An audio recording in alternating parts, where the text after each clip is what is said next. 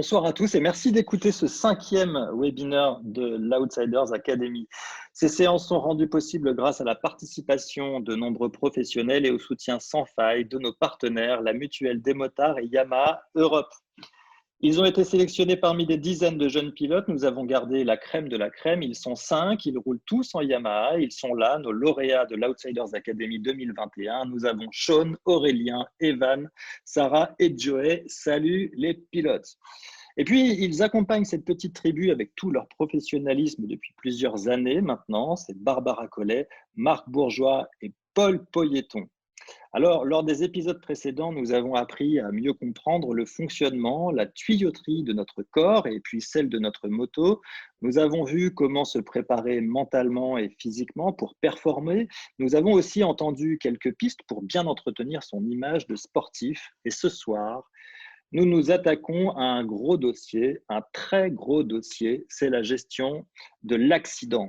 Entre ceux qui en ont une peur maladive et ceux qui se pensent invincibles, il y a la grande majorité de ceux normaux qui essaient de savoir comment naviguer entre ces deux extrêmes.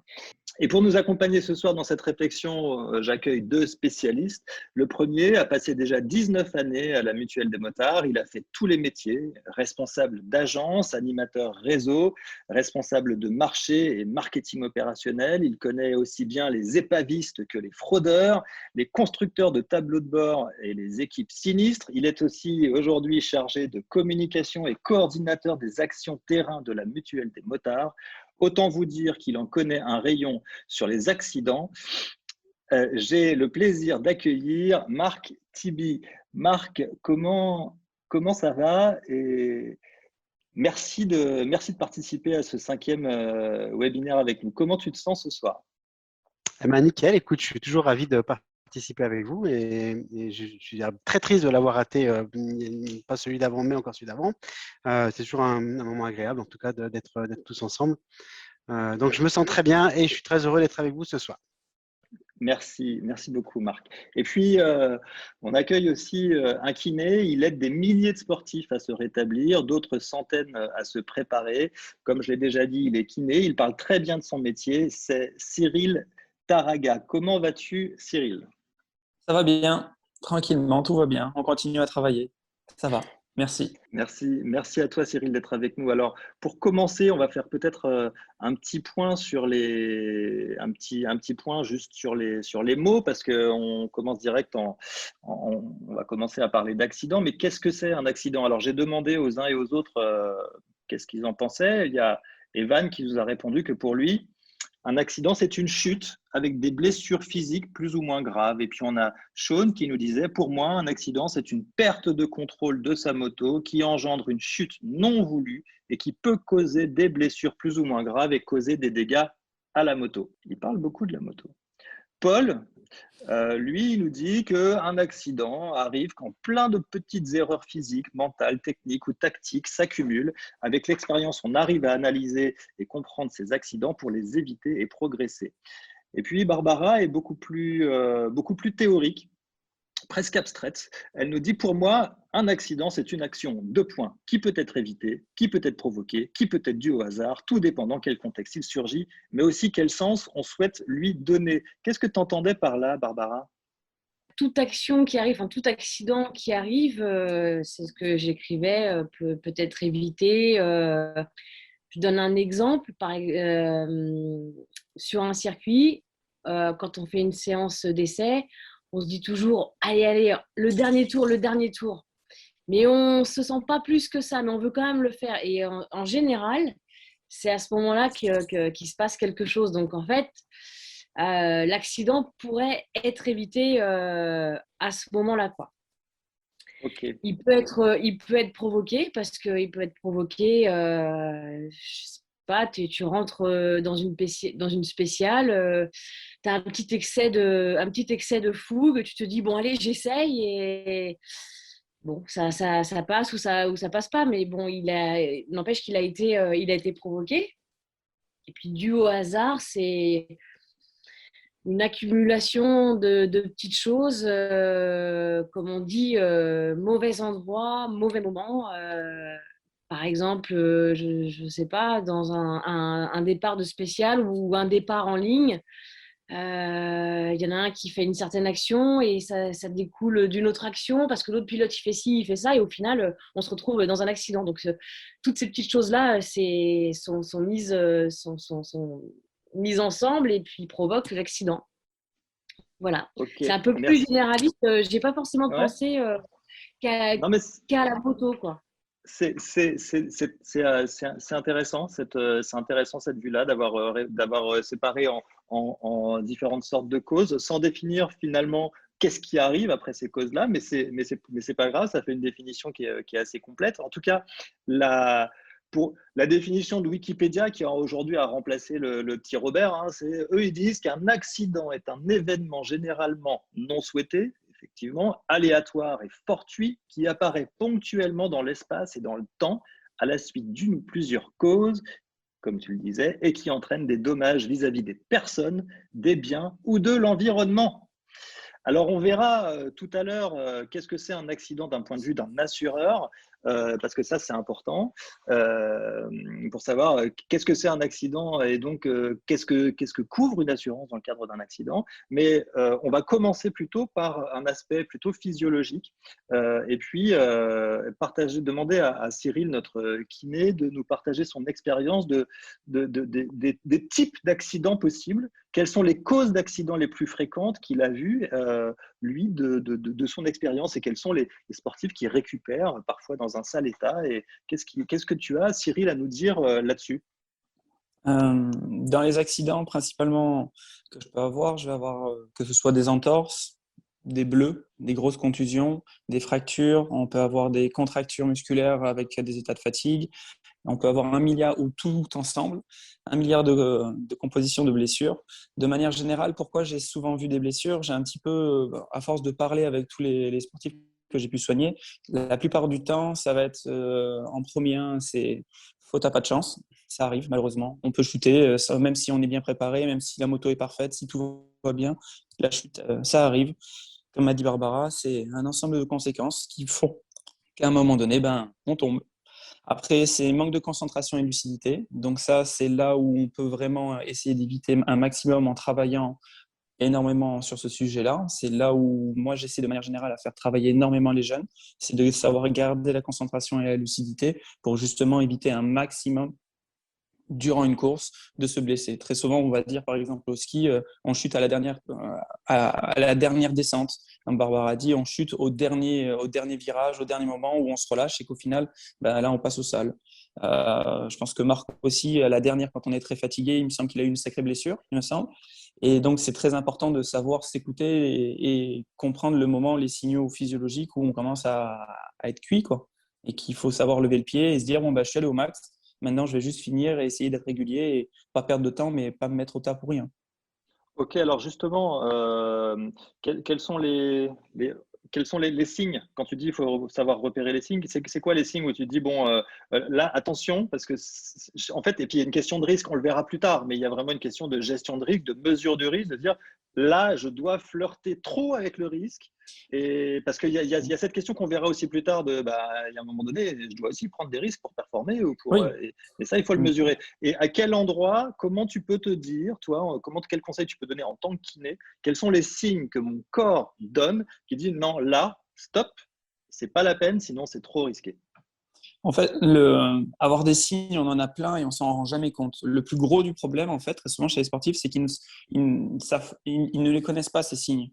Et l'objectif, en fait, très souvent, quand on va faire une prépa de longue haleine, par exemple, prépa hivernale, c'est de les ramener très souvent dans une zone de haute intensité, que ce soit sur un vélo, sur d'autres activités autres que la moto, pour que ça soit pas obligatoirement à se mettre au tas, mais à apprendre à un peu mieux se connaître et à voir le moment où on perd sa lucidité.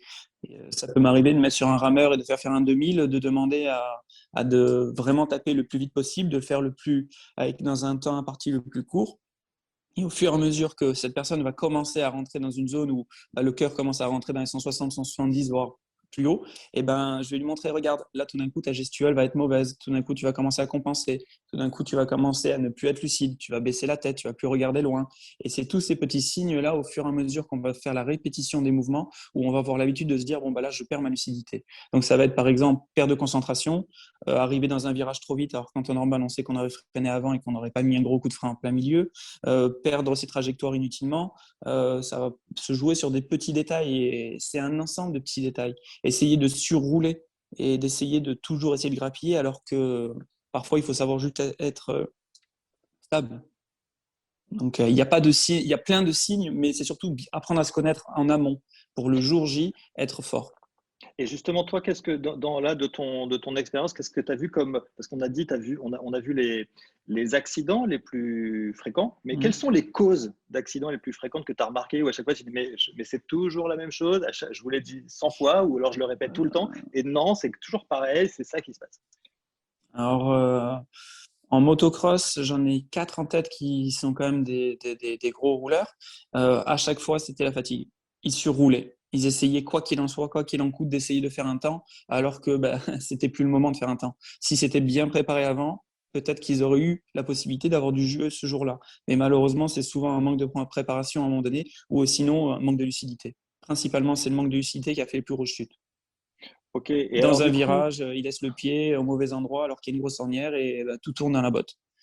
Ou sinon, après, il y a des accidents traumatiques en SX où bah, malheureusement, il y en a un qui tire droit dans un virage et il rentre dans la jambe, il lui coupe en miettes la jambe, quoi. Ça, c'est des choses qui arrivent aussi. d'accord. Alors, j'enchaîne tout de suite avec les questions sur Cyril hein, pour profiter un maximum de sa présence, parce que je sais que tu dois nous quitter dans 5 Désolé. minutes. Donc là, l'idée, c'est quand évidemment, c'est d'essayer un maximum de ne pas en avoir des accidents. On parlera après de comment on fait une fois qu'on en a eu, mais qu'on a été confronté à cette situation. Mais qu'est-ce que tu peux mettre en place comme conseil Ah. d'un point de vue de la préparation physique, par exemple, pour éviter ça, ces accidents ou la fatigue?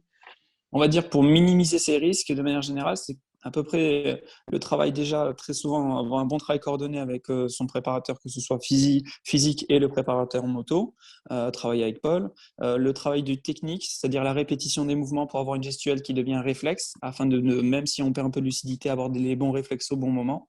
Donc ça, c'est vraiment un travail de répétition, essayer de vraiment réussir à se stabiliser à ce niveau-là. Après, un travail de prépa physique sur divers ateliers, que ce soit en vélo, que ce soit en gainage, diversifier les sports un maximum et surtout, à un moment donné, dans la préparation de la saison, se dire, bon, on va faire du long, ok, on va travailler sur du long, sur de l'endurance, mais il faut aussi travailler des moments, des blocs, moi j'appelle ça des blocs, où on va être un peu plus dans la haute intensité, où vraiment on va travailler la lucidité tout en étant oxy. Et ça, c'est très important parce que le jour où on va être en compète, on va pas rouler faire au physique, quoi. On va y aller vraiment. On n'est pas là pour rien. Donc à ce moment-là, il faut apprendre aussi à se dire bon ben, il faut apprendre à être présent le jour J. Et pour ça, c'est donc préparer l'événement. Et préparer l'événement, ça signifie réussir à structurer sa haute intensité, à savoir rouler avec des réflexes et des mécanismes, où tout d'un coup la vision va être directe, bien focalisée au bon endroit, savoir analyser sa course en amont aussi, ça veut dire que quand vous faites les repérages, etc., souvent ils peuvent y en avoir. Ça va permettre de bien savoir quelle trajectoire je vais prendre, comment ça va être, bien préparer sur sa moto. Donc c'est un travail technique, physique, mental. La visualisation mentale est très utile aussi. Se préparer à la chute parce que malheureusement on ne fait pas un sport où on ne chute pas, ça arrive, on le sait, le plus tard possible c'est le mieux, mais ça arrive. Donc c'est voilà, c'est être prêt à tout ça. Et après, c'est surtout voilà, la répétition et faire attention à bien s'écouter, ne pas se mettre en surentraînement avant une course aussi, parce que ça arrive aussi. On veut en faire beaucoup, beaucoup, beaucoup, et après on arrive au jour J et le pic de forme il n'y est pas, hein, et tout d'un coup on veut surrouler parce qu'on s'est dit attends, j'ai roulé pendant 25 heures dans la semaine, ça devrait marcher aujourd'hui. Sauf qu'en réalité non, c'était déjà trop et qu'on a passé notre cap et qu'à ce moment-là, ben on sera que fatigué, point barre. On ne pourra pas avoir de pic de forme le jour J. Donc on prépare un événement. Ok, ok, c'est très clair. Préparer l'événement. Et euh, Ouais. donc, on va revenir sur cette notion de risque, mais j'imagine qu'il doit aussi y avoir des pratiques. Je surveille, hein, dans 2 minutes, on te libère. Non, t'en Quelles fais sont pas. les... Même si on piétine un peu, t'en fais pas. C'est pas Ok, grave. super. Quelles sont les pratiques et les sujets les plus à risque? Parce qu'on peut aussi se dire, bah, moi, en fonction de Ouais, bien sûr. de ma physionomie, de qui je suis et comment je réagis. Il vaut mieux que j'évite telle ou telle pratique ou telle façon de pratiquer. Qu'est-ce que tu peux nous dire sur ce sujet? Tu parles en préparation? Qu'est-ce qu'il ne faut pas faire ou qu'est-ce qu'il faut faire en Bah, préparation? oui, c'était déjà, qu'est-ce qu'il y a comme pratique plus à risque Dans la moto? dans la moto ou dans et puis comme comportement plus à risque? Peut-être, j'imagine tout. Et est-ce qu'il y a des sujets qui sont plus à risque en fonction de la morphologie? Par exemple, je pose une question naïve, hein, mais Non, non, non, c'est pas une question naïve, c'est une bonne question.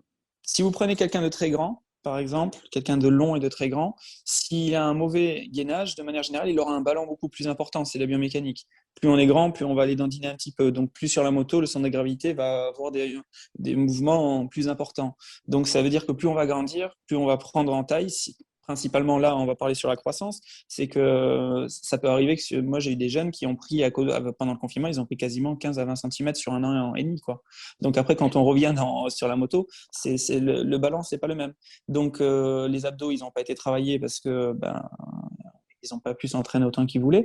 Et après, ils reviennent, ils veulent refaire le même whip qu'avant, sauf que la moto, ils ne la ramène pas de la même manière. Ou ils veulent prendre une inclinaison, sauf que l'angulation, on ne va pas la gérer de la même manière. Donc ça, c'est des petites choses à faire attention. Mais après, de manière générale, il ne va pas y avoir une personne plus qu'une autre. Normalement, on s'adapte.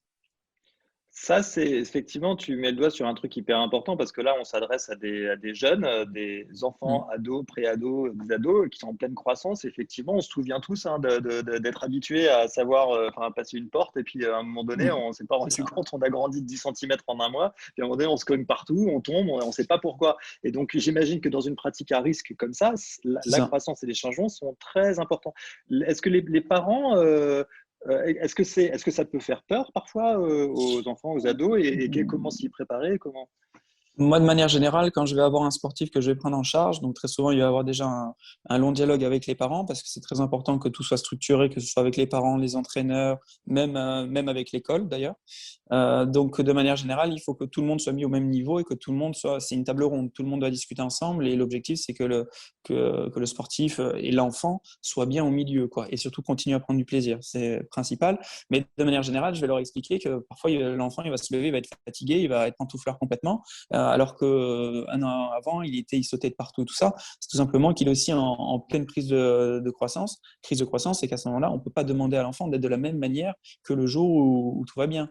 Ça m'est arrivé d'arrêter des sportifs qui couraient alors qu'ils faisaient des triathlons parce que tout d'un coup ils grandissaient trop, ça provoquait des douleurs aux genoux. Les parents ne comprenaient pas, ils pensaient qu'ils ne voulaient rien faire. En réalité, non, il était en train de faire une crise de croissance et que s'il continuait à courir, il faisait une maladie de genoux qui le regardait à vie. Donc, c'est des petits paramètres. Mais c'est justement, on éduque autant les enfants que les parents là-dedans. C'est-à-dire, il faut qu'il y ait mais c'est pas éduquer pour chapeauter, c'est éduquer pour que tout le monde comprenne et soit tout le monde au même diapason. C'est ça qui est le plus complexe en fait. C'est pas de faire une préparation, c'est d'essayer. C'est très facile de préparer quelqu'un en réalité. Quand on sait où on va, où on veut aller, c'est facile et qu'on a les échéances. Mais le plus gros problème, c'est de gérer l'entourage entier et de tout mettre en synergie. Donc oui, la Bah, croissance, c'est quelque chose à prendre en compte de manière générale. d'accord. Merci beaucoup. Merci Cyril de ce temps, de cette expérience partagée. C'est top. On va pouvoir Mm. te libérer et puis du coup, on va passer à une autre dimension du risque. Qu'est-ce que le risque pour toi et pour un assureur, Marc? Parce que qu'est-ce que le risque et puis qu'est-ce qu'un accident pour un assureur? C'est-à-dire à partir de quand il faut commencer à organiser les choses pour prévenir? Qu'est-ce qu'on peut, quelles sont les, voilà, quelle est la définition pour un assureur de l'accident et du principe de risque?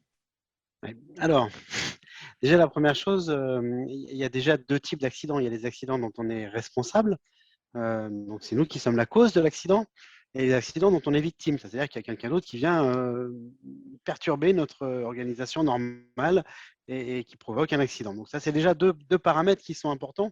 Alors, d'une part, parce qu'il y en a un où on n'y peut rien, et l'autre, si.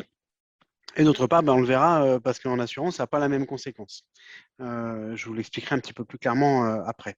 Alors, qu'est-ce qu'un accident pour nous? En fait, normalement, quand on est en pleine conscience et qu'on arrive à adapter tous les paramètres qui sont notre environnement, notre véhicule, la route, le terrain, enfin, peu importe, le circuit. Enfin, quand on arrive à évaluer exactement tout l'environnement qui nous entoure et qu'on ne se dépasse pas soi-même, eh bien, normalement, on a un très faible risque d'accident. Malheureusement, ce qui n'est pas très compatible avec la compétition, à partir du moment où on va chercher de la performance, forcément, on va aller chercher un dépassement et les paramètres que sont, toujours pareil, l'environnement, son physique, sa perception, sa capacité technique. Et bien là, les choses commencent à se compliquer puisqu'il y a des facteurs qui viennent bugger, en fait, qui viennent, soit on perd la vision sur un revêtement, soit on perd la capacité à anticiper un virage, soit on perd, voilà. Et quand on cumule plusieurs de ces facteurs, au plus on cumule de ces facteurs et au plus le risque d'accident augmente. Voilà, c'est exactement proportionnel. Donc voilà, alors l'idée, ça rejoint un petit peu ce que disait Cyril, c'est-à-dire que au plus on cumule des paramètres positifs, c'est-à-dire la maîtrise, la forme, le véhicule qui fonctionne bien, le terrain qui est connu, et au moins on a de risque. Voilà. Alors après, Oui, pardon. Oui, pardon. Alors après, tu disais il y a des accidents dont je suis responsable et certains dont je suis pas responsable. On peut aussi dire il y a des. Enfin, est-ce qu'il y a il y a des est-ce qu'il y a, ça veut dire est-ce qu'il y a des accidents qui. Enfin, moi, j'anticipe en disant est-ce qu'il y a des accidents qui sont évitables? Est-ce que tout accident est évitable? Et est-ce qu'on peut dire qu'on doit s'assurer que pour les accidents qu'on ne pouvait pas éviter? C'est-à-dire, si on est responsable, c'est qu'on aurait pu l'éviter. Alors, ma Euh, question est peut-être un petit peu compliquée, mais est-ce que non, tout elle n'est pas accident compliquée. En est. fait, Voilà. c'est pas une science exacte. Le problème, c'est que c'est toujours. Alors, le risque zéro, on le dit toujours, n'existe pas. Donc, on ne peut pas dire que le risque zéro est possible. Alors, ça, c'est le rêve de nos pouvoirs publics, mais malheureusement, dans la vraie vie, ça ne fonctionne pas. Alors, pourquoi ça ne fonctionne pas? Déjà, d'une part, parce qu'on n'est pas tout seul. Si on était tout seul, ça serait beaucoup plus facile, mais ce n'est pas le cas. Donc, on est plein et ça implique beaucoup de choses, beaucoup de bazar. Et au final, donc, pourquoi on sépare ces deux types d'accidents? Parce que quand on roule à la bonne vitesse par rapport au bon terrain, là, quand je dis bon terrain, quel que soit le terrain, mais que c'est le copain qui arrive, qui est complètement au-delà de ses pompes et qui lui se foire et qui vient nous exploser, nous couper en deux, on ne pouvait pas faire grand-chose de plus. Nous, on est victime, on est vraiment victime de l'accident. Et ça se retrouve sans assurance derrière. Ça, on n'y peut vraiment rien. Il n'y a pas de moyen d'éviter les erreurs des autres. Voilà. On peut éviter au maximum les siennes, tout est relatif, mais celles des autres, on ne peut pas. Voilà. Donc, on peut toujours être victime d'un accident. Ok. Merci Marc. On va revenir sur cette notion de risque et puis aussi à quoi sert une assurance, les Ouais. obligations légales qu'il peut y avoir, etc. En attendant, je voudrais poser une question à Marc et Barbara. Je vais leur ouvrir le micro à eux deux en même temps. On va prendre ce risque. Mais parce que il y a quand même une question au centre de tout ça. C'est est-ce qu'il faut absolument prendre des risques pour arriver au top? Parce que j'ai entendu bien souvent que la différence se fait parfois à ce niveau-là. Barbara, on te laisse l'honneur. Allez, je pense que oui. Je pense qu'il faut, à un moment donné, pour passer des steps, pour se comprendre soi-même, pour comprendre la moto, des fois, tu prends des risques, en fait. Mais tout dépend de quelle manière tu évalues ce risque, en fait. Puisque si tu décides de prendre ce risque et qu'au final, ça fonctionne, c'était pas réellement un risque puisque ça fonctionne. Donc ça dépend ça dépend comment toi tu le vois et à quel degré tu le perçois, quoi. Mais je pense que oui, à un moment donné, moi, tout ce que j'ai pu faire en rallye, en endurance, en vitesse, oui, j'ai pris des risques et oui, c'est des risques voulu, ça n'a pas toujours fonctionné. Ça a été conclu par des chutes, un peu des blessures. Donc, après, je pense que quand tu vieillis, tu n'as plus les mêmes notions et tu le fais de manière différente. Donc, tout dépend aussi. Sagesse. En fait, il y a plein de facteurs hein, pour expliquer la prise de risque dans ce qu'on fait. Merci Barbara. Il y a Paul qui a levé la main, du coup, il voulait couper la parole de Marc, alors on va le laisser faire. Polo. Bah, la prise de risque, je pense qu'elle est obligatoire dans notre sport, mais après, il faut arriver à faire des risques qui soient mesurés. C'est-à-dire qu'à l'entraînement, par exemple, si on ne prend jamais de risque, on ne va pas évoluer. Mais si on a un exemple, un saut, on a peur de sauter. Si on ne prend pas le risque, on ne le sautera jamais. Mais on peut essayer déjà de sauter une table où on va limiter le risque. Ça va être intelligent. Même si on tombe, on se fera moins mal, plutôt que de sauter directement un double ou essayer de sauter un truc avec des cailloux en dessous où on va vraiment se faire mal. Donc, la prise de risque, elle est obligatoire, mais il faut arriver à la mesurer, essayer de faire les choses intelligemment pour limiter ce risque. Merci Paul. Donc, Qu'est-ce que tu en penses, Marc? Pour rebondir sur Barbara et Polo, ça c'est indéniable. De toute façon, on parle de haut niveau. On est obligé de repousser ses limites. Pardon, j'ai un peu la voix cassée. Alors, ce qu'il faut se poser comme question, c'est à quel moment on doit repousser ses limites. Alors, par expérience, c'est des phases où on va le faire quand on va être en termes physiques et mentalement dans une bonne forme. On va préconiser ces moments-là. Après, ce que je pourrais dire là-dessus, c'est se poser la question quand on repousse ses limites. Donc, il y a l'entraînement, il y a aussi en compétition, parce que quand on est en bagarre, bah, justement, on parle du haut niveau, hein, toujours, donc c'est donner le maximum. C'est mesurer la prise de risque par rapport au temps de gagner, parce que du coup, nous, on court après le temps. Et souvent, quand je parle d'une anecdote ou peut-être une des vôtres, quand on est en spécial, quand vous allez aller à la première épreuve de l'EnduroKid, il y a une partie de la spéciale qui nous embête. On est un peu stressé. Il y a un saut, il y a une partie un peu délicate où, en termes de ses compétences techniques, on ne se sent pas super à l'aise. Donc, du coup, on va devoir repousser ses limites. C'est une situation où ce n'est pas agréable. Donc, souvent, c'est se poser la question, est-ce que cette prise de risque va être réellement nécessaire pour gagner du temps? Est-ce que finalement, cette prise de risque, le jeu en vaut-elle la chandelle? Souvent, moi, je me disais, c'était Frédéric Veil, mon ancien entraîneur, qui me disait, je ne sais pas si vous avez déjà vu la pub sur les saucisses Certa, les choses simples. Et souvent, quand on hésite entre deux trajectoires, c'est se dire les choses les plus simples sont celles qui fonctionnent pas mal. Donc, souvent, on perd beaucoup d'énergie à savoir quelle trajectoire. Ah là là, je vais devoir prendre des risques. Donc, posez-vous à chaque fois cette question-là. Et ça peut justement être en prévention d'éventuelles blessures. Et je vous en parle en connaissance de cause. Merci beaucoup, Marc. Alors, Marc Tibi, spécialiste en assurance, tu vas nous expliquer à quoi sert une assurance. Est-ce qu'à un moment donné, un assureur peut se dire non, mais là déjà sa pratique elle est trop risquée et puis lui il prend trop de risques, donc non, on peut même pas le couvrir, c'est pas possible, ou alors on va lui demander des milliards d'euros, quoi. Ben oui, alors de toute façon, l'assurance, c'est qu'une question d'argent. C'est qu'est-ce qu'on assure et pour quel prix. C'est toujours ça, hein, c'est toujours l'évaluation. Alors là, on parlait de risque tout à l'heure, mais là, pour le coup, c'est l'évaluation entre ce que je suis capable d'assumer et ce que je suis pas capable d'assumer. Alors, tout s'assure, hein, faut le savoir. Hein. Alors, tout le monde n'assure pas tout, mais tout s'assure. C'est juste une question de prix. Donc, voilà, c'est l'adaptation. Dans la vie courante, qu'est-ce qui est important d'assurer? Alors, en fait, on peut assurer des biens et des personnes.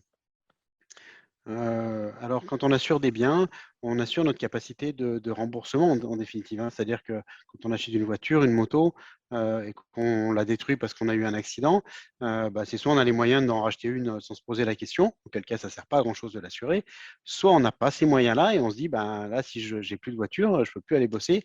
Et donc, du coup, je paye un petit peu tous les mois pour pouvoir, au cas où il m'arrive quelque chose, me faire rembourser cette voiture ou cette moto, peu importe, hein, ce qu'on assure, ou ma maison, enfin, quoi que ce soit, et je m'assure pour pouvoir me faire rembourser ma voiture et en m'en racheter une si jamais elle est foutue. Bon, ça c'est le basique. Alors là, on est dans les assurances de biens. Plus un bien est cher, plus il est sportif, plus il est rapide, plus il est gros, plus il est plus la cotisation va être importante. C'est logique. C'est souvent un rapport de coût entre le coût et la cotisation. Et puis après, on parle d'assurance de personnes. Et là, on arrive à quelque chose de beaucoup plus important à mes yeux, puisque l'assurance de la personne, c'est le risque que l'on prend d'avoir une vie différente. Alors en définitive, quand il nous arrive quelque chose d'important, de grave, eh bien tout change. Tout change à tous les niveaux. C'est-à-dire que, je prends toujours cet exemple, mais c'est ce qui a vraiment, qui m'a peut-être emmené vraiment vers l'assurance et qui m'a toujours rendu sensible à ce qu'on appelle le corporel, hein, la garantie des dommages corporels. Donc c'est les dommages physiques à une personne. C'est que quelqu'un qui a un accident, qui n'a pas l'assurance. J'avais un ami d'enfance hein, quand on était gamin, qui faisait du motocross et puis un jour, en faisant sa réglage de suspension, il a guidonné, il est tombé, manque de peau. À cet endroit-là, il y avait un caillou. Bon, c'est un coup de pas de chance, manque de peau, ben, ça lui a rompu la moelle épinière et mon pote Christophe est tétraplégique. Alors, ça c'est triste. Il fait du motocross, ça représente un risque. Il lui est arrivé quelque chose, c'est la réalisation. Bon, donc ça c'est les paramètres, on l'a dit, accident, mauvais réglage de la moto, etc. Peut-être qu'il n'était pas en forme ce jour-là. Cumul, il est tombé. Et après la suite. Mais par contre, sa vie, elle a fondamentalement changé. C'est-à-dire que tout ce qu'il avait prévu de faire dans sa vie ne s'est pas réalisé. Son métier est terminé, sa passion terminée. Voilà. Et donc là, il faut tout reconstruire. Et malheureusement, aujourd'hui, l'État fait en sorte que l'on puisse vivre, mais ne prend pas du tout en compte tous les autres paramètres. Et si on n'a pas une assurance qui nous aide à pouvoir reconstruire sa vie différemment, eh bien, on est dans une souffrance perpétuelle à dire tout le temps, je ne peux pas y arriver parce que, je ne peux pas y arriver parce que, on a toujours des bonnes raisons de ne pas réussir. Et c'est très, très difficile. Voilà. C'est tout bête, hein, mais quand on est propriétaire d'une maison, si on est tétraplégique et qu'elle a 2 étages, on ne peut plus utiliser l'étage du dessus, sauf à installer un système qui nous monte à l'étage. Ben ça, quand on va l'acheter, ben ça coûte une fortune, une véritable fortune, ça coûte vraiment beaucoup d'argent. Si on n'en a pas, si on n'a pas prévu ça, eh ben voilà, on se prive de sa maison. Quand on veut partir avec une voiture, on dit, oh, tiens, on est tétraplégique, on veut partir dans une voiture. Ben, si on n'a pas la voiture aménagée, c'est cuit. D'accord. Alors, donc ça, c'est les dommages qu'on se fait à soi, mais il y a aussi parfois les dommages Ouais. qu'on va provoquer aux autres. Et c'est peut-être pour ça aussi que l'assurance est obligatoire, non? Alors, l'assurance est obligatoire parce qu'effectivement, les dommages corporels peuvent être tellement importants en montant qu'une personne normale ne peut pas les assumer. Donc voilà pourquoi l'assurance est obligatoire, parce que le remboursement d'un dommage corporel, quelqu'un qui est tétraplégique, si on est responsable d'un accident et qu'on rend l'autre victime, eh bien, on n'est pas capable d'assumer tous ces frais, tout ce que va lui coûter la vie. Donc, on est effectivement obligé de s'assurer pour ça. C'est la garantie qu'on appelle responsabilité civile, hein, qui est la responsabilité vis-à-vis des dommages que l'on peut causer à autrui. Et est-ce que cette responsabilité civile, donc cette responsabilité civile, donc civile, des dommages qu'on peut causer à autrui, donc pendant une course, est-ce que c'est je suis pilote, je rentre dans un autre compétiteur, il y a un gros accident, c'est moi qui l'ai causé. Est-ce que c'est ma responsabilité civile qui va rentrer en compte à ce moment-là? Alors, c'est pour ça que les fédérations s'assurent. Alors, c'est très, très particulier la compétition, c'est vrai, parce que c'est beaucoup plus difficile de déterminer les responsabilités. Parce que il n'y a pas de règle, il n'y a pas un code de la compétition. Il y a un code de la route, il y a un code civil, mais il n'y a pas de code de la compétition. Et donc, du coup, on peut appliquer difficilement, enfin, on prend le cadre d'un enduro, si on touche une branche et que ça nous envoie dans le concurrent d'à côté, il n'y a rien dans le code de la route qui prévoit qu'on a touché une branche et qu'on est rentré dans le concurrent d'à côté. Donc, c'est très délicat. Et là, c'est un poids qui repose sur les épaules des fédérations et de la Fédération française de moto dans ce qui nous concerne, c'est de faire en sorte de proposer, d'offrir et de proposer en option des produits d'assurance qui soient suffisamment costauds pour pouvoir subvenir à ces problématiques-là. D'accord, alors on a vu comment un peu, enfin comment se prémunir. Donc il faut un bon contrat d'assurance en prévision de si jamais je casse ma moto ou si jamais je casse la Ouais. moto du voisin, si jamais je me blesse ou si jamais je blesse le voisin. Et à un moment donné, bon, on fait tout ce qu'on peut. On a vu aussi que bon, et parfois on flirte avec les risques, mais à un moment donné, bah, l'accident il arrive. Et à ce moment-là, quels sont les réflexes à avoir? Alors, déjà, il y a un truc important à savoir, c'est que quand on fait de la compétition, on est hors du cadre assurantiel traditionnel. En gros, tout ce qui existe sur le marché en assurance exclut la compétition. Et seule l'assurance de la compétition prend en charge. Donc ça, c'est déjà quelque chose de particulier parce qu'on ne peut pas mettre en concurrence. On n'a pas tellement le choix de ce que l'on prend, on prend ce qu'on nous donne. Donc ça, c'est déjà ça, c'est dérangeant quelque part, mais c'est comme ça. En tout cas, c'est comme ça. Euh, c'est encadré comme ça. Bon, voilà. Euh, alors pourquoi est-ce que c'est comme ça? Parce que le risque, en fait, hein, on a dit que c'était un acte fortuit, l'accident. On sait qu'en compétition, vu qu'il y a une notion de performance qui est importante, eh bien le risque il devient presque plus aléatoire. On sait que globalement, un sportif il va nécessairement avoir un accident. Voilà. Alors après, c'est la mesure dans le temps, c'est plus difficile, mais on sait que potentiellement, voilà. C'est pour ça que toutes les assurances, hein, que ce soit l'assurance du véhicule, de la personne, ou même quand on assure son crédit de maison, bien, il y a une exclusion souvent sous les dommages causés en compétition. C'est vraiment très courant ça. Parce que le risque, c'est un sur-risque en fait. Voilà, qui est très difficile de mesurer et donc d'assurer. Et alors, du coup, quand l'accident arrive, qu'est-ce qu'on fait tout de suite? Qu'est-ce qu'on doit faire? Je D'un point parle de d'un vue point de vue assurance, assurancier. Oui. ce qu'il faut faire, il y a des délais légaux, il faut déclarer son accident en fait. Il faut prévenir son assureur qu'on a eu un accident. Et après, on regarde la garantie que l'on a souscrite, et bien, elle va se mettre en œuvre.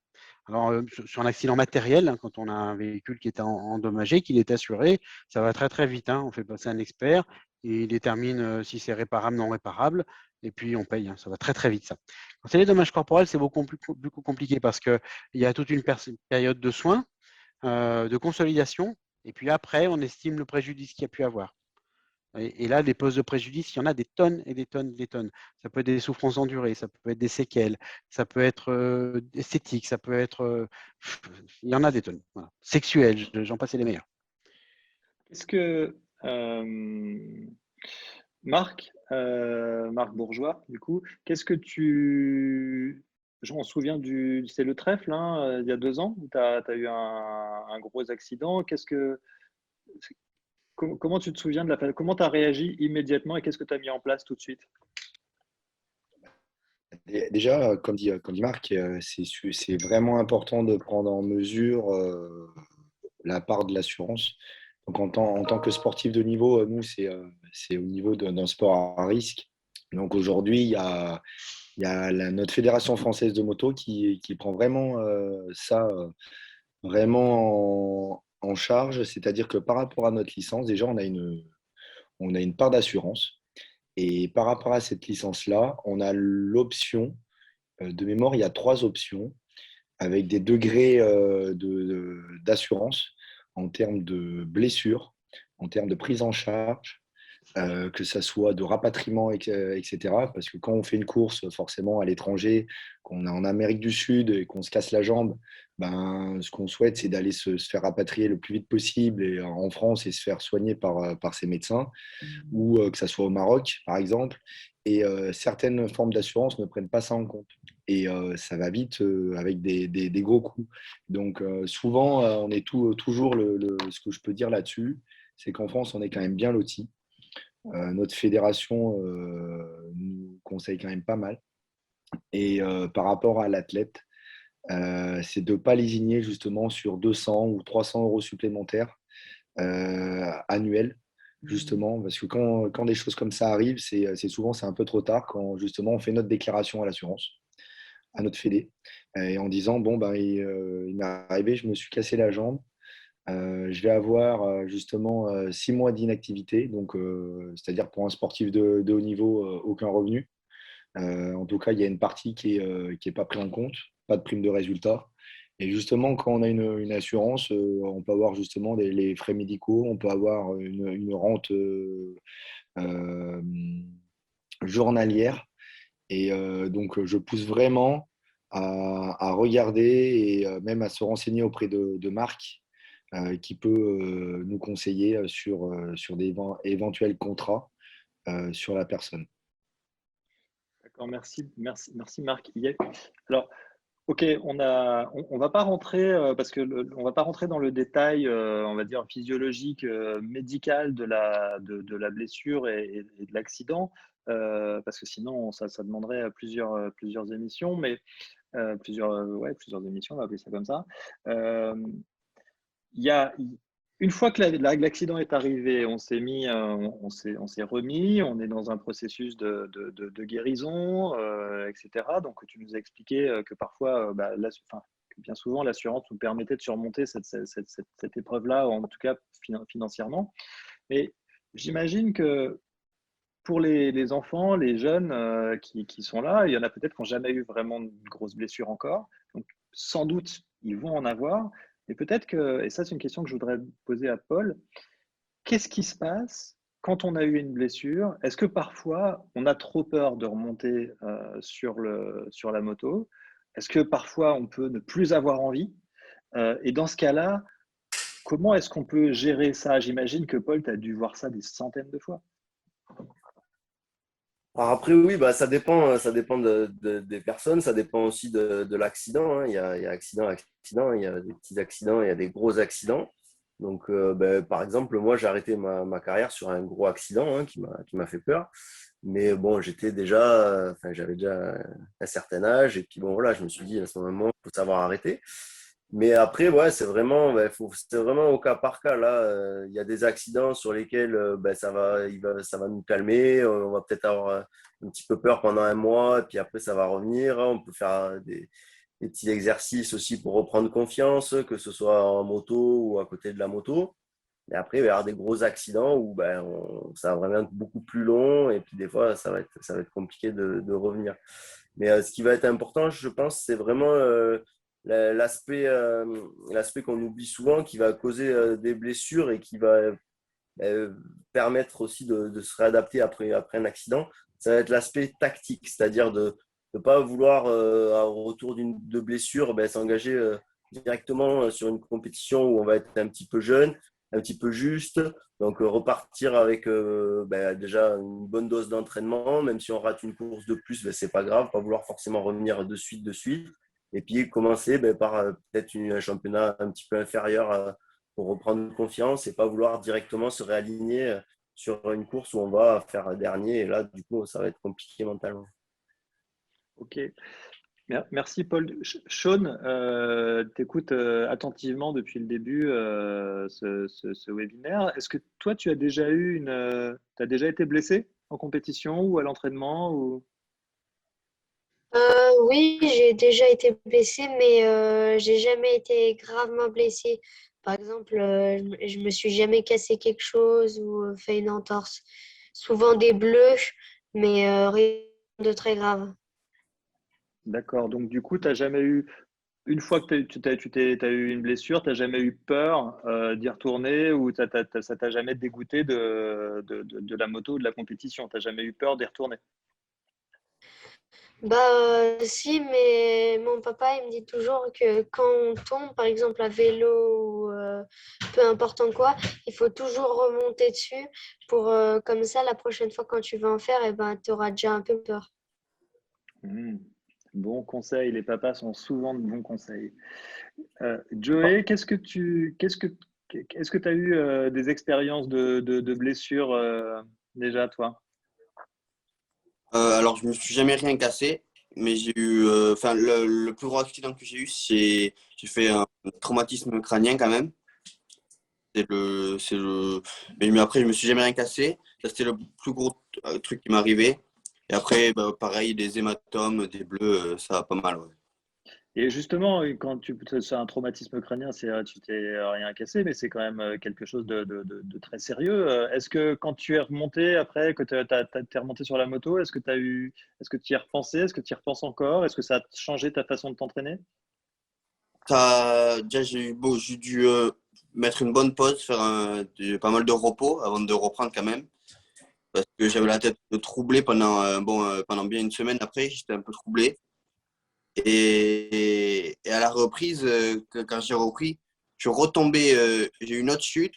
Et la première chose que j'ai pensé avant parce que c'est sur un saut, avant que je tape le sol, c'est que j'ai eu la peur de refaire encore un KO, quoi. C'est de suite, ça m'est revenu. Mais après, plus tard, avec le temps, c'est passé. Maintenant, je pense plus à ça. Enfin, j'y pense plus. Mais après, c'est la première chose que j'ai eue, c'était quand je suis retombé, c'est d'avoir peur directement de refaire, que ça me re-arrive, quoi. Parce que c'est quand même troublant, quoi. Ouais, effectivement, ouais. Merci pour ce témoignage, Joey. Barbara, on dit souvent que après une blessure, après, on en revient plus fort. En tout cas, c'est peut-être ce qu'on dit pour se donner du courage. Qu'est-ce que tu penses qu'est-ce que tu en penses? Ça, on dit souvent ça, mais ça dépend la chute, ça dépend la convalescence, ça dépend si tu as des souvenirs de ta chute. Moi, je sais que j'ai fait quelques traumas crâniens et je suis pas spécialement revenue plus forte parce que j'ai pris conscience quand même que sur une petite chute, pas forcément très très vite, ça peut avoir des conséquences assez importantes. Donc, quand ça commence à toucher un peu la tête, ça fait enfin, c'est peut-être un peu différent que quand on se casse quelque chose. Quand on se casse quelque chose, bon, c'est sûr que la convalescence, elle est longue, hein, mais on finit par essayer de retrouver un petit peu sa forme. Mais quand on tape la tête,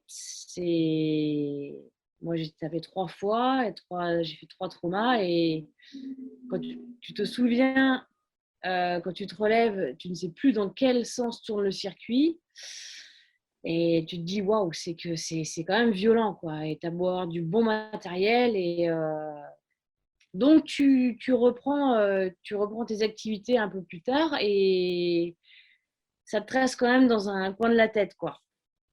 Mais Ouais, surtout. ça dépend encore une fois de quelle manière est-ce qu'il s'est passé, la chute, enfin toutes les conséquences, la récup, ça dépend de plein de choses. Surtout surtout quand on est dans une discipline comme la tienne, j'allais dire, enfin, qui demande énormément de concentration sur la vitesse, la piste. Après, je sais que c'est pareil pour les. Enfin, je vais peut-être m'attirer les foudres de ceux qui font de l'enduro ou du cross, mais c'est vrai que quand on est sur de la. Enfin, moi, c'est peut-être cette idée que j'ai, hein, qu'on est enfin, à une vitesse de fou. Et la concentration est hyper importante. Donc, j'imagine que la moindre défaillance de confiance en soi va avoir des conséquences dramatique. Donc peut-être qu'à un moment donné, il faut lutter peut-être avec sa peur et se souvenir avec ses souvenirs d'accident. Paul, de Mais ton côté, toi, de la même manière que l'enduro ou n'importe quelle oui, discipline, en fait, parce que l'enduro, c'est beaucoup d'improvisation. Donc finalement, tu dois rester concentré tout le temps, tout le temps, tout le temps, tout le temps, parce que tout peut surgir à tout moment. C'est des manières de se concentrer qui sont vraiment différentes. En vitesse, oui, tu as vraiment des très très hautes vitesses. Tu arrives au bout de ligne droite, tu es à 300. Oui, c'est sûr que quand tu passes un virage après en deuxième, tout s'arrête d'un coup. Mais tu as des repères, et en enduro, c'est beaucoup d'impro, donc c'est une concentration de chaque instant aussi, donc c'est pareil mais différent. Enfin, c'est pas rien dire. ouais, si, on a Ouais, c'est compris. pareil mais On a différent. compris. Voilà, ouais, souple et solide à la fois. Merci Barbara. Aurélien, tu voulais intervenir. J'avais une question pour Barbara. Est-ce que ça t'est déjà arrivé de quand tu, par exemple, as une chute, que quelqu'un, en général en moto surtout sur piste, que vous suivez surtout de près et que tu chutes et que quelqu'un te rentre dedans? Oui, ça m'est déjà arrivé plusieurs fois parce que tu es dans ta ligne, tu pilotes tout à fait normalement, tu es à ta place, tu as la bonne trajectoire, la bonne vitesse, le bon filet de gaz au bon moment, et puis tu as quelqu'un derrière qui arrive un peu plus vite, qui maîtrise pas trop tout ce qu'il fait et il t'envoie, il te projette parce que sa roue avant percute ta roue arrière et toi tu sais pas ce qui t'arrive, donc ouais, tu peux tomber par rapport sans forcément le demander, et puis par d'autres pilotes, quoi. Merci Barbara. Paul, je voulais te poser une question. Quand on a traversé un accident comme ça, notamment chez les jeunes, peut-être des témoignages à apporter. Quel est quel est le rôle de l'entourage à ce moment-là? Et pourquoi je pose cette question? C'est parce que j'imagine que, et là je m'adresse aussi aux parents des jeunes pilotes, c'est-à-dire que quand son enfant a eu un accident, on doit être partagé entre le fait de le protéger pour que ça n'arrive plus parce que c'est terrible de voir son enfant se blesser, parce qu'il y a un gros risque à ce moment-là, et en même temps l'envie que son enfant il continue parce que c'est aussi une sorte d'école de la vie. Euh, comment gérer cette chose-là, cette approche-là? Quel conseil tu peux donner aux parents à ce moment-là, toi? S'il y en a à donner, hein. Oui, ben, alors il y avait plusieurs réactions. En général, les parents, ils ont quand même assez peur, hein. C'est un sport qui fait peur. Donc, il y en a qui vont vouloir trop donner de conseils. Et à ce moment-là, c'est pas bon parce que justement, ils ont peur et ils vont sans arrêt reprendre leur enfant, leur donner des conseils. Il y en a d'autres qui, au contraire, vont complètement s'écarter et qui vont avoir peur de dire une bêtise.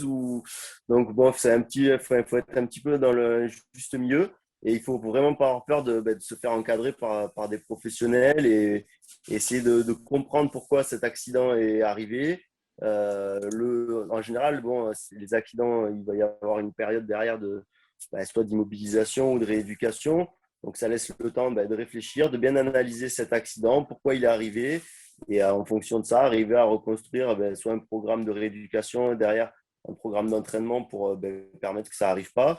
Et souvent, les gros accidents, ils arrivent pas pour rien. Il y a toujours une raison, hein. L'accident qui arrive vraiment de manière au hasard, c'est quand même assez rare. Et là, j'aimerais bien en parler, surtout pour les pilotes là qu'on a cette année. Il y en a beaucoup qui font plusieurs disciplines, donc motocross, enduro, donc c'est très bien. Mais par contre, il va vraiment falloir faire attention sur l'enchaînement des courses, notamment s'il y a des courses qui sont loin les unes des autres, avec beaucoup de kilomètres.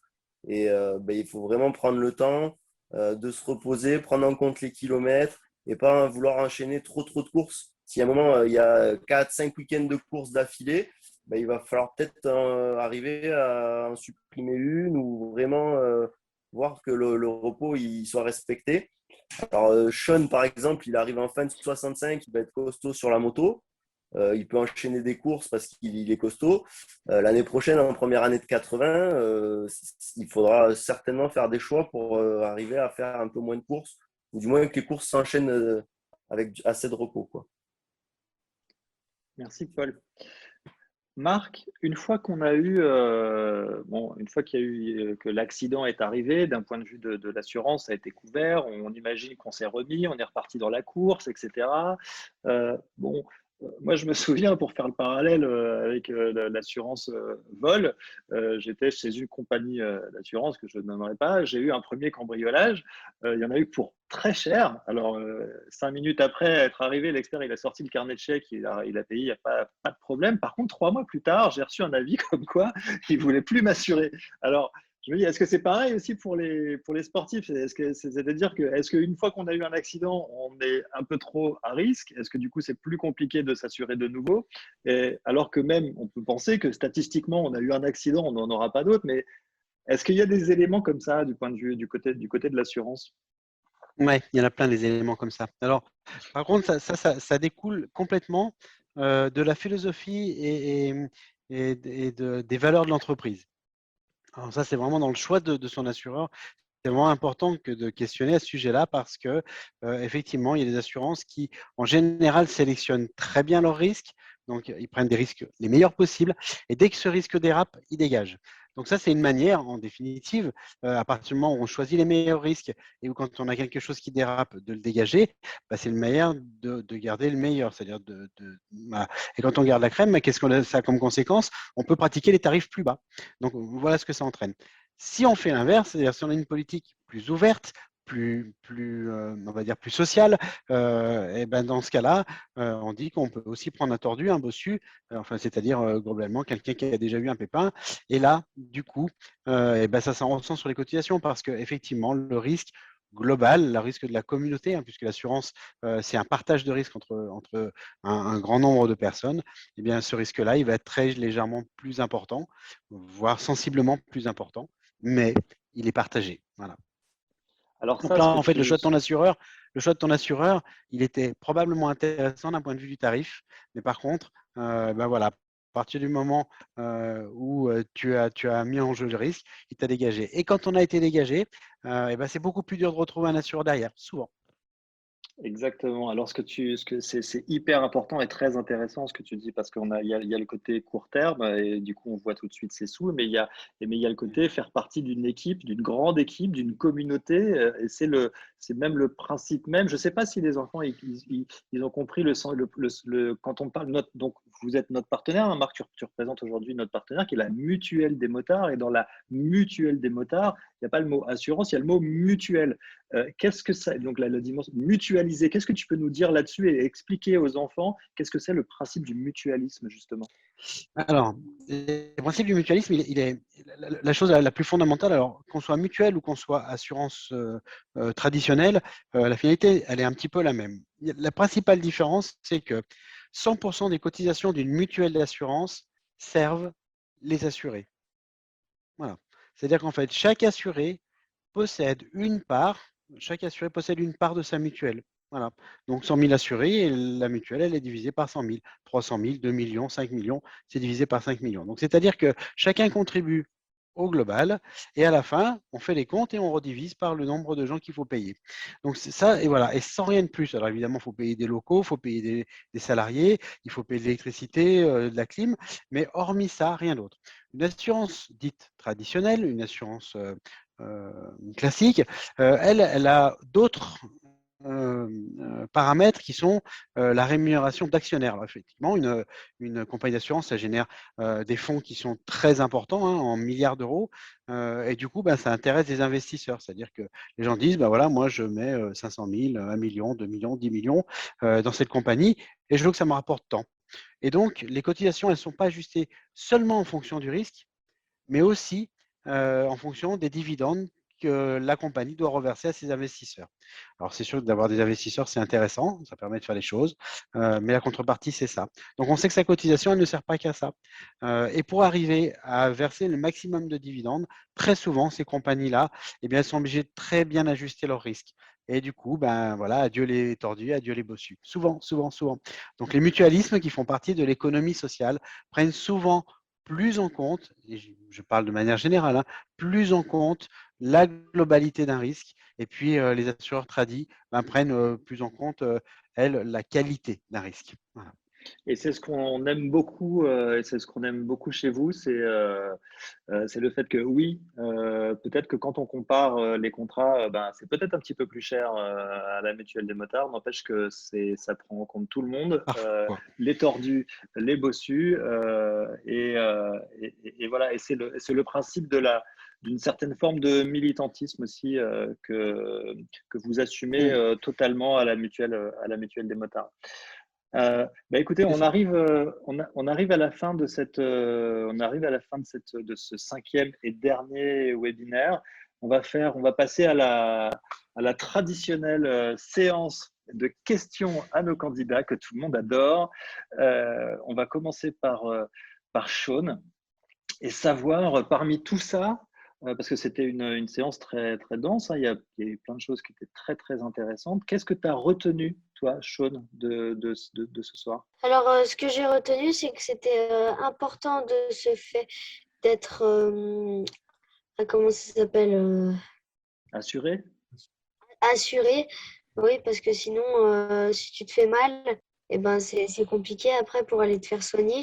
Et puis aussi, c'est quand tu grandis et que tu remontes sur la moto après, eh ben, ça peut te faire une différence, par exemple, dans un virage avec l'inclinaison. Voilà ce que j'ai retenu. T'as bien écouté. Super, bravo, bravo, Sean.